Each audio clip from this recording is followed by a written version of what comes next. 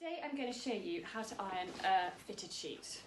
So this is a single one, but you can do it with whatever sizes. So you get the bottom corners, which are inside out, and you poke them into the top corners, which are the right way round. A little bit of a jiggle around. And then you pop it onto the end of the ironing board.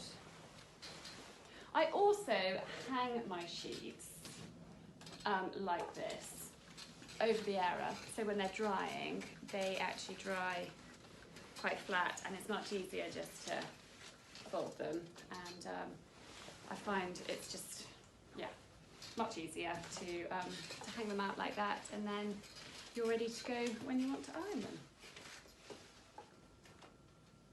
So when you get to the top bit, you just put it slightly further back on the ironing board, and you can iron right up to the elastic part, and you just keep going all the way around like this, and then we will fold it in a moment. Once you've ironed all the way around it, again you get your hands up inside those corners, and you place it on the ironing board. You bring the sides in like that, and then fold it in half, and then half again, and again. And there you are, a perfectly ironed fitted sheet.